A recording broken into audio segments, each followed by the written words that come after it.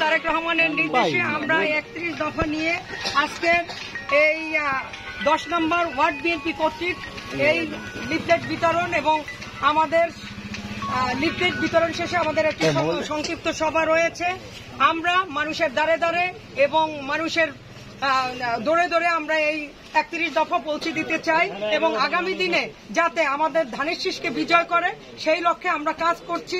আমাদের এই ৩১ দফার মধ্যে রয়েছে আগামী দিনে রাষ্ট্র গঠনের সমস্ত প্রক্রিয়া এবং এই দফার মধ্যে রয়েছে মানুষের ভাত ও ভোটের সবকিছু এবং আগামী দিনে কৃষকের যে সহজসুলভ ঋণ, মহিলাদের ক্ষমতায়ন এবং মহিলাদের ফ্যামিলি কার্ড সব রয়েছে এই ৩১ দফার মধ্যে এবং এই ৩১ দফা আগামী দিনে আমাদের সফল হলে আমাদের ধানের শীষকে বিজয় করবে ইনশাআল্লাহ।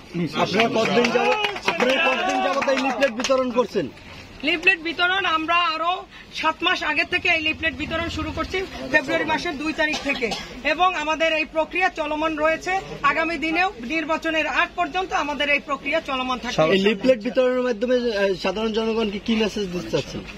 লিফলেট বিতরণের মাধ্যমে আমরা সাধারণ জনগণকে বোঝাতে চাই যে বিএনপি আগামী দিনে গণমানুষের দল। বিএনপি আসলে মানুষের ভোট ও ভাতের নিশ্চয়তা পাবে এবং আগামী দিনে বিএনপি আসলে মানুষের ঘরে ঘরে চাকরির সুবিধা পাবে, বেকারত্ব দূর হবে এবং বৃদ্ধ ভাতা সমস্ত কিছুই আমাদের এই ৩১ দফার মধ্যে রয়েছে এবং আগামী দিনে ৩১ দফা বাস্তবায়ন হবে ইনশাআল্লাহ, ধানের শীষের বিজয় হবে।